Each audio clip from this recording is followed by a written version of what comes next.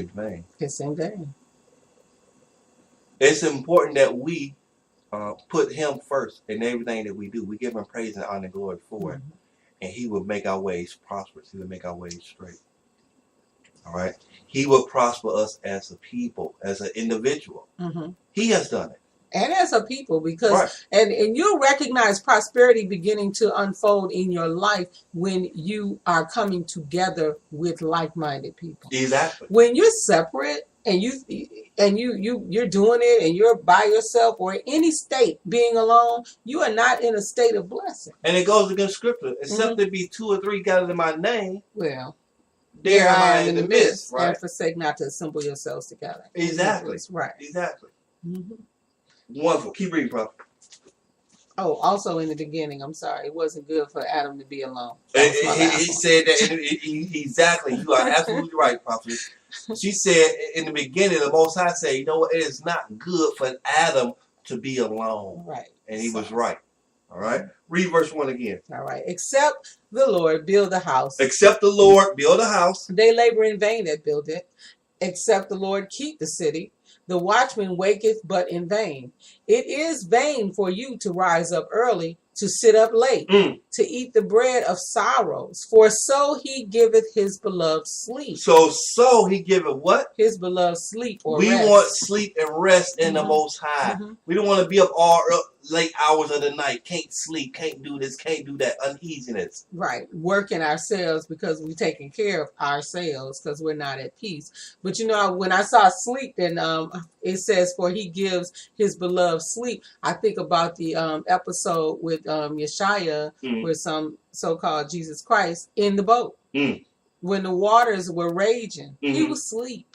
And they were the ones, the disciples were like, for example, to compare with this illustration, they were up, looking, up late, sitting up, looking. Right. With sorrows and woes while he was sleeping in the boat. Right. And resting in his Father, right? Yeah. Resting big time. Yeah. Verse 3, lo, children are a heritage of the Most High God, our power. And the fruit of the womb is his reward. All right. Now, move down to Psalms 128. The Most High showing me this right here. Okay. All right.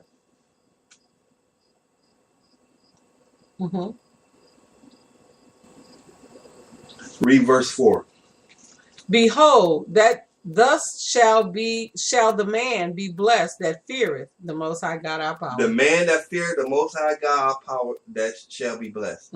Fear the Most High by keeping his commandments. Be obedient. Do what you're supposed to do.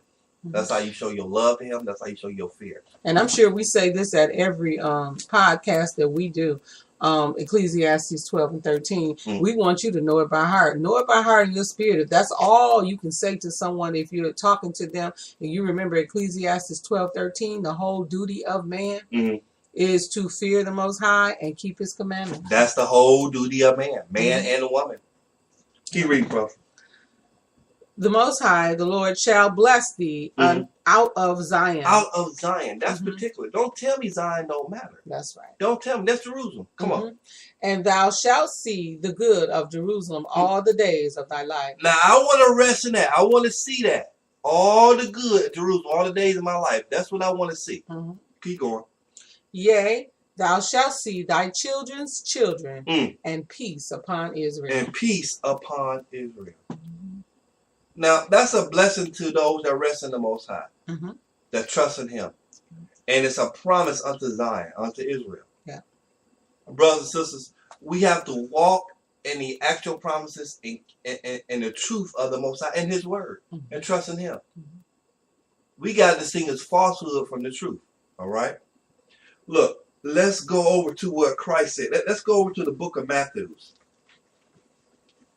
Let's go to Matthew here. Matthew chapter 11, prophet.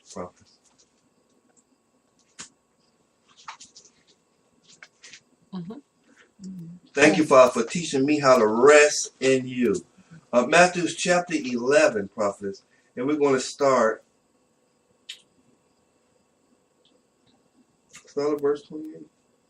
28. Yeah, this is what Christ. This is in your Bible, in your King James Version Bible. It's probably in red. This is Christ talking. All right. Come unto me, all ye that labor. Come up where? Come unto me. Come unto him.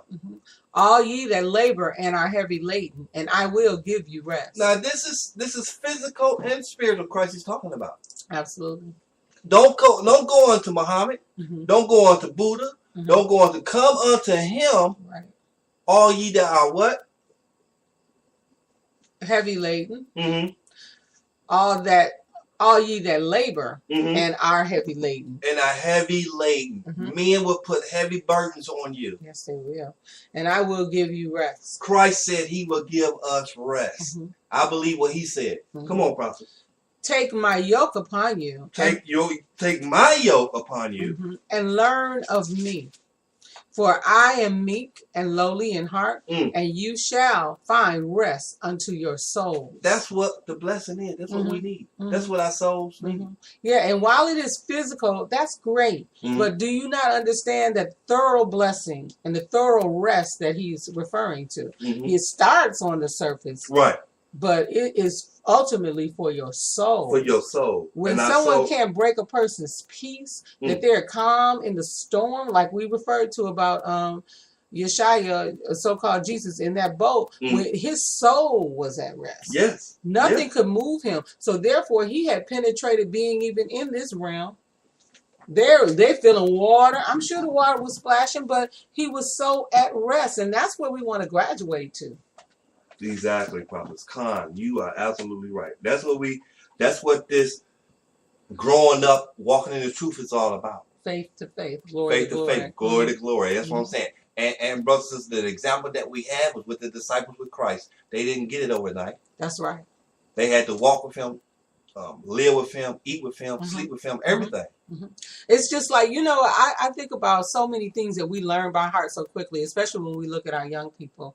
And that's why it's so important that we guard them. We help them to guard their hearts because they don't know how. Exactly. So we have to be careful with the things that we expose them to. Right. Many of us, I remember being taught the Lord's Prayer when I was a little baby. Right. And it stuck with us, right. Right. As well. And the same thing with the music. So you can go on different social medias and you can see little children that have been affected, right. I'll say, in various ways. You'll see the one that can pray you down, but that's only because of how you expose them and raise them up. So one of them might be dropping it like it's hot in there too, and someone thinks that's cute. And it's not cute, but what are you preparing that baby for? Exactly. What kind of future?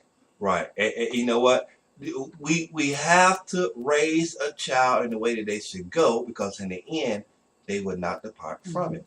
Okay? And our heritage is in these scriptures. Right. Our heritage is in the commandments and statutes of the Most High. Don't tell me to forget about it. Right. Don't tell me that's done away with. It's not done away with. Absolutely. And so where you have us here in Matthew 11, verse 29, it says, take my yoke upon you and learn of me. And learn of who? And learn of me. We need to understand that we have to learn of him. And just like we flick these, what we call our jams, and we all grew up in it. So certainly no judgment there. We all have been exposed to it, but we all have to accept the responsibility to change it around. A lot of people think it's, you're doing too much reading, too much studying. But how else will I get it in my spirit? People need to learn that Christ was a Hebrew from the tribe of Judah. He kept the customs of his people. He kept the Sabbath day. He kept the holy days. He didn't celebrate Christmas. Did you know that? He didn't go and pick eggs on Easter. Did you know that? Right. Did you know that's pagan? Learn of me. Learn what I've done. Right. He was baptized. Yep. Learn of him. Yep. Keep reading, Prophet. You in verse 30? For my yoke is easy. Now, Christ said his yoke is easy. I believe him. Yeah. All right? The enemy is always going to put up a front like it's hard to be obedient to the Most High. We make it hard. There's a way that man think it was right, but in the end it leads to destruction. We have to follow the example of Christ. He said what, Prophet? For my yoke is easy, and my burden is light. And my burden is light. Understand that you are a people set aside that the Most High picked. A holy nation, right? You were given the law, statutes, and commandments, Israel. Right. You're supposed to be teachers. You're not supposed to be being taught by nations outside of Israel. Which is a major factor and proof as to why things are gone awry. Exactly. It's out of order. Because it's out of order. Go to Isaiah. Let's go to Isaiah chapter 26, prophet. It's out of order. We're going right into the book of Isaiah. Isaiah didn't see Christ, but he prophesied about him. Yeah. Isaiah chapter 26. Okay. 26 or 6? Chapter 26. Okay.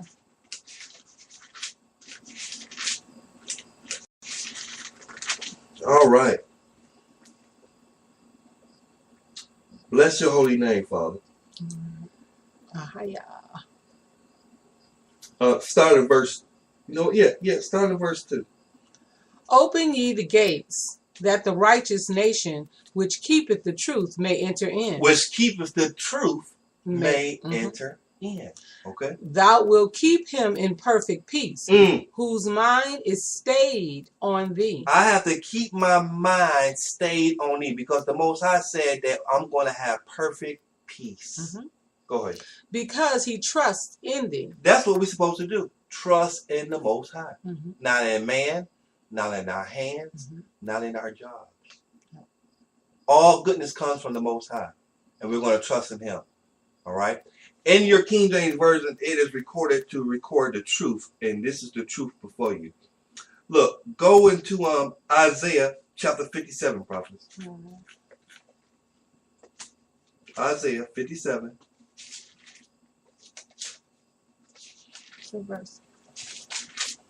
I'll start at verse 1.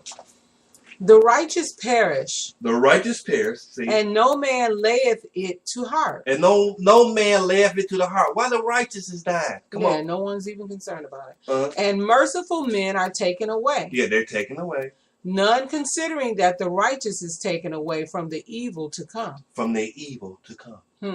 Keep going. He shall enter into peace. They shall rest in their beds. Each one walking in his uprightness. Each one walking in his uprightness. But draw near hither, you sons of the sorcerers, the seed of the adulterer and the whore. Against whom do you sport yourselves? Against whom make ye a wide mouth and draw out the tongue?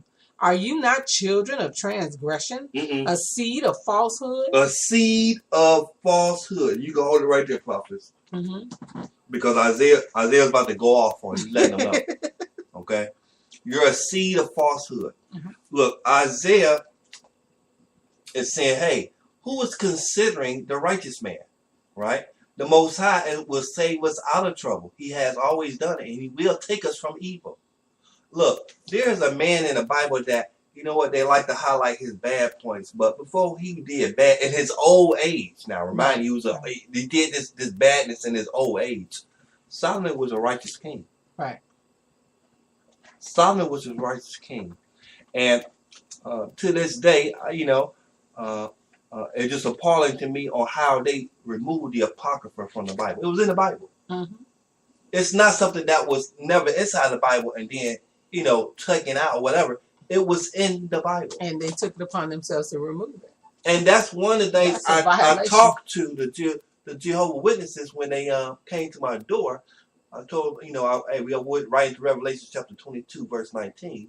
Don't add or take from the word of God. Who gave you the authority, man? Right. And then you give them the example. What is that in Matthew 18 and 11? In Matthew 18 and 11. That verse is not in their Bible. Right. Bring that up, prophets. Go ahead. This verse is not in the Jehovah's Witnesses Bible. You can use this for victory at your front door. Matthew chapter 18, verse 11. And when they don't find that verse in their Bible, go to Revelation chapter 22, verse 19, brothers and sisters. Pray for them and tell them to have a blessed day. And Matthew chapter 18, verse 11. Come on. Reads, for the Son of Man is come. For the Son of Man, Christ, is come to save that which was lost. Who was lost? Right. Was the Gentiles lost? Israel was lost. Yeah. He made that perfectly clear, and that's for another teaching. But we know who the lost tribes. They're the only ones with the label. Lost tribes of Israel. Exactly. We don't have a lost tribe of Gentiles. Anywhere. And you know what? Isaiah prophesied about it right now. Verse chapter 50.